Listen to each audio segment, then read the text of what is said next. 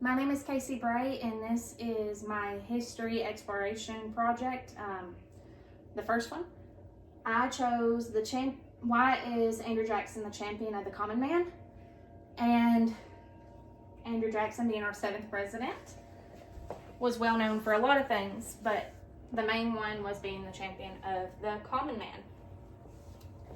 So in my thesis, Jackson was the champion of the people because he was known that during one of his battles, he was merciful.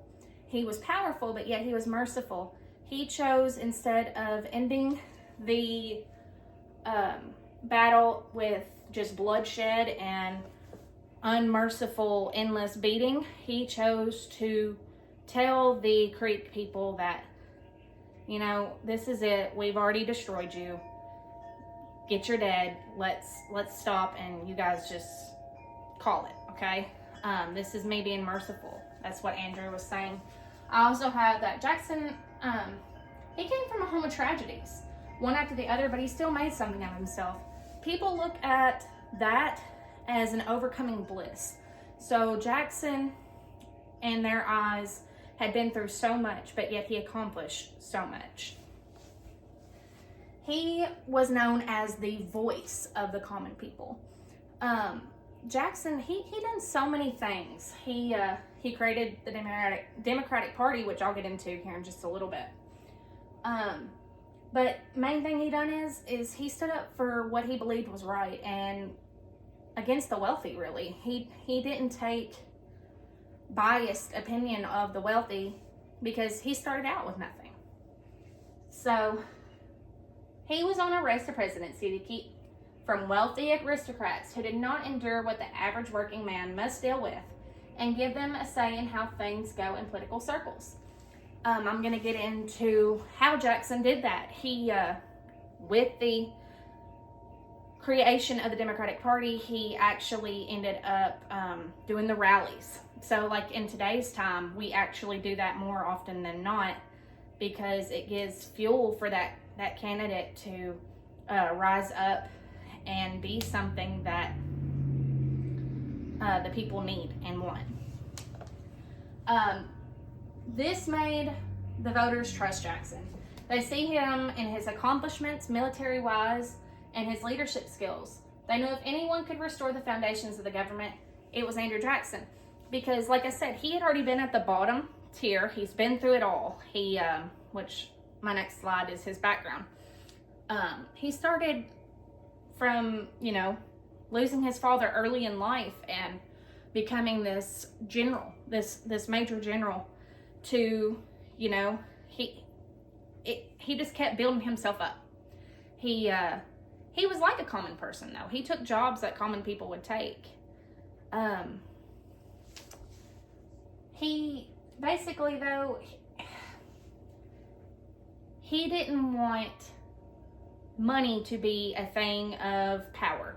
He wanted the person as they were and their values to become the person of power. But he made it clear that he would cleanse the corruption in the government. So the government was very biased with all they wanted to do was continue to profit off of the people. We're coming off of where the government took that land back after the Revolutionary War. They took that land back from Britain and took it from the Indians and decided to sell it. So to make profit, to build back the debt that the wars had caused. My next slide is background information. Andrew Jackson was born on March 15th, 1767. Jackson came from a working class. Jackson grew up without the presence of a father, his father who died while Jackson was young. He was then raised by his mother and her extended immigrant family. So with that point being made, Jackson is used to all these Irish immigrants being around him, Scottish immigrants. He's seen what the working class is like growing up, so he knows what it's like, which helps build him a better foundation for being of the common people. Another fact I put on here was one of the older brothers, named Hugh, died of a heat stroke during the Battle of Stono Ferry in 1779. Andrew and his brother Robert was captured during the Revolutionary War. Both contracted smallpox in prison. Robert passed away shortly due to illness. Jackson survived all the death that came to his family and him. He still made something of himself, even with all the tragedy that his life entailed. So the main key point is that he didn't let those tragedies get him down. He knew he had to become something. The death of his brother, but him and his brother, see, when Jackson was in the war, he was only 13 in the Revolutionary War. So when he was captured, they tortured him. I mean, basically, they held a sword and cut him with the sword whenever he wouldn't shine one of the shoes of the leader. You know, so he went through a lot during the Revolutionary War. But if you look at where he come from and where he is now, where he was, it just, it amazes me how people can be so far down, but yet so far up. According to the early life of Andrew Jackson, he went to fight in the American Revolutionary War at age 13. He was known as a fiery, compassionate fighter. So he had some spunk. And, you know, people that do succeed in life usually do, because they have to have some type of backbone. At age 17, Andrew Jackson became a lawyer in North Carolina. So we know where he's been. He's on his road building himself up. That was in 1784. At age 21, Jackson shadowed John McNairy, who was elected Superior Court Judge in North Carolina.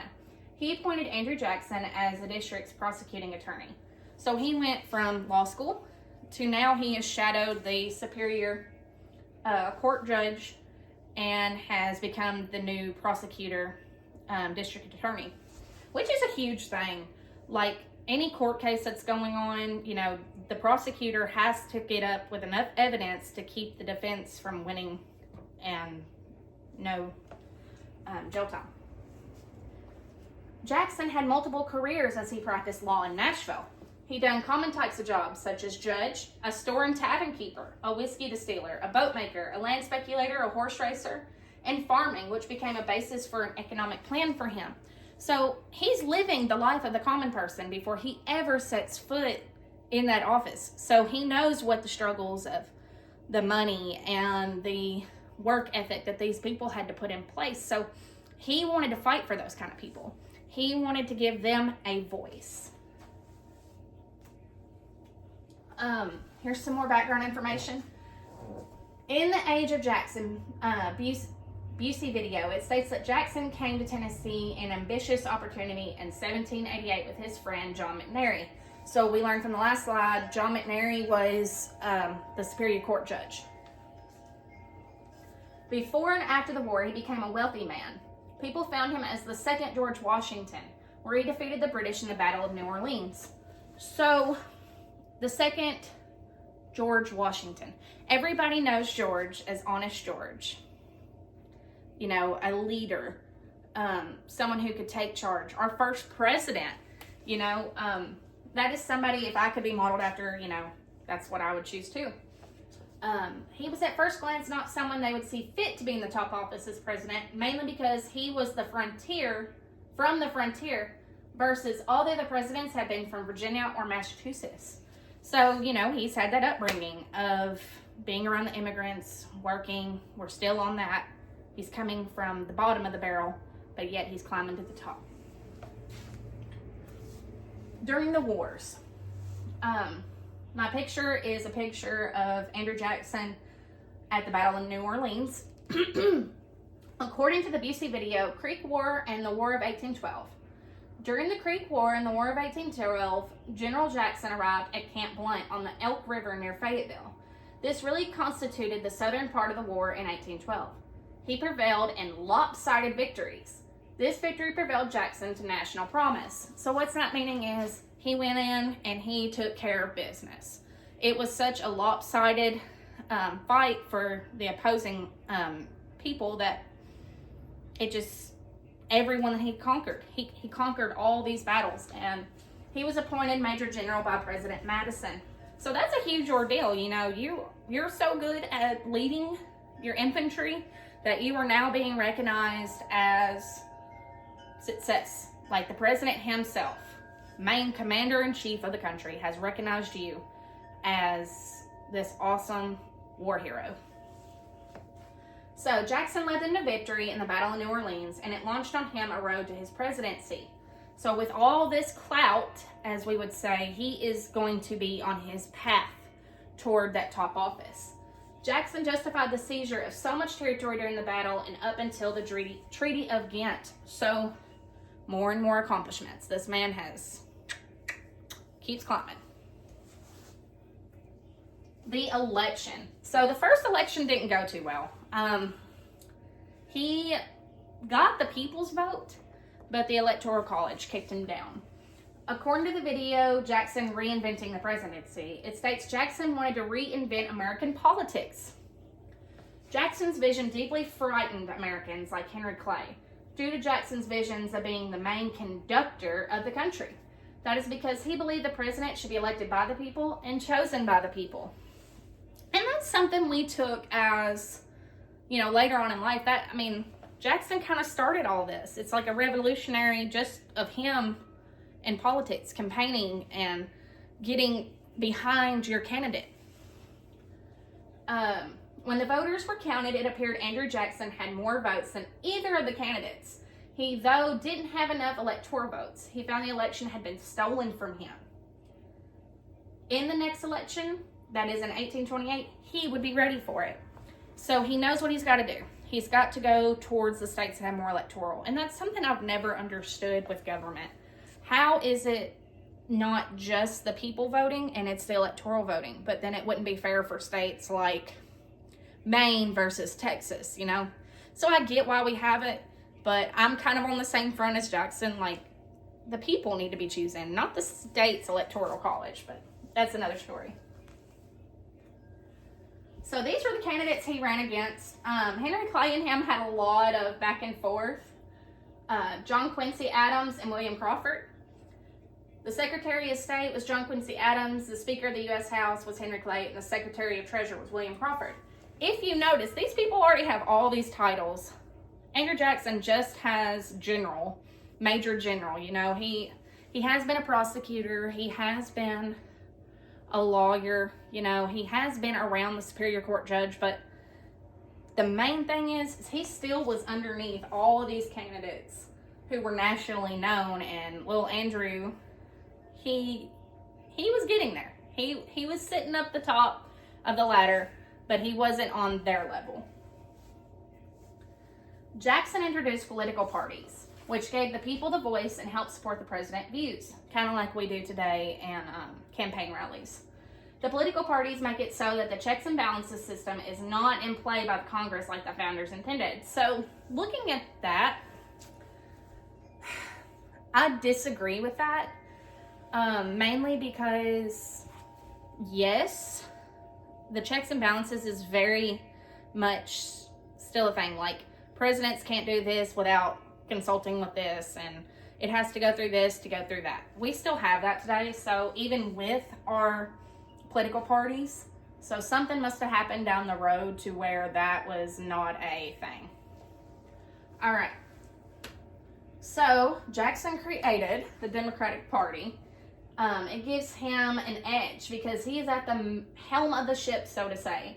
By giving the voice to the people, it put all the power to the person in charge, aka Andrew Jackson, the one they wanted in charge, the man that was like them, the one that didn't see wealth as a priority. According to the video, Jackson Reinventing the Presidency, the founding fathers thought a president with too much power is a bad idea because if someone cannot be trusted gets office, it could lead to the downfall. And we see that. That is something still today. We see that if a person is given too much power, they may run with it. Look at examples in World War II. Hitler, he got too much power, he ran with it. Then you have the Holocaust and genocide.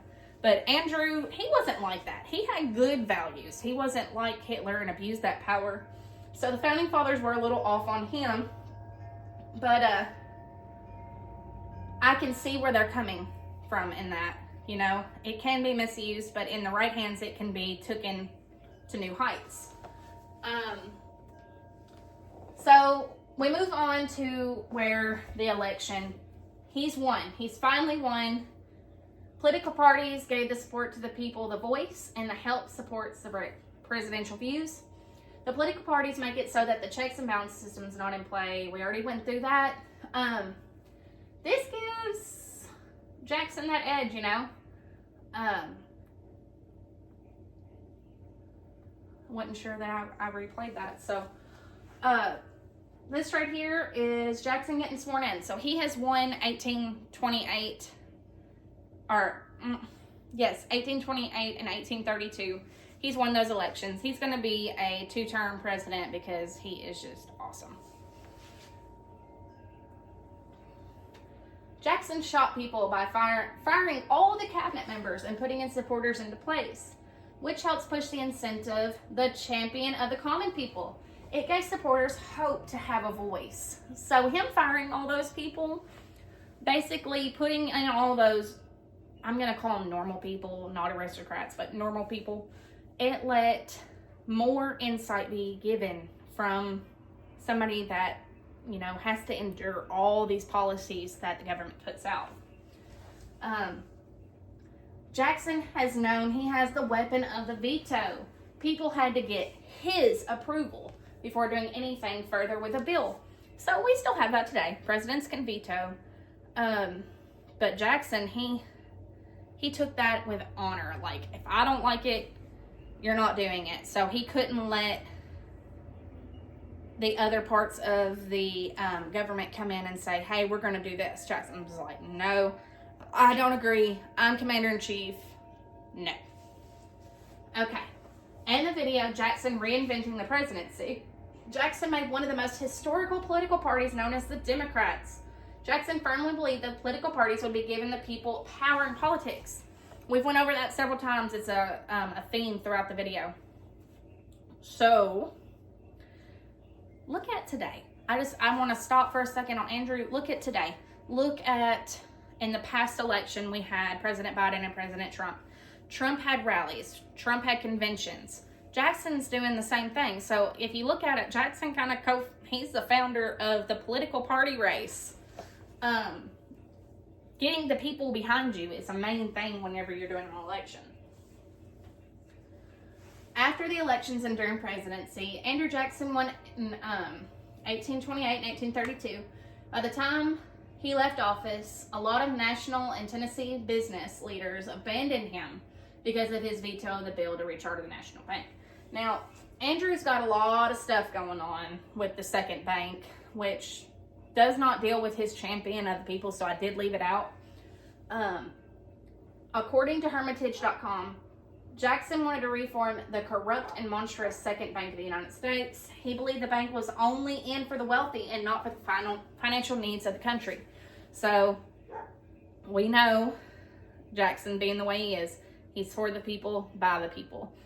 That is why he is the champion of the common people.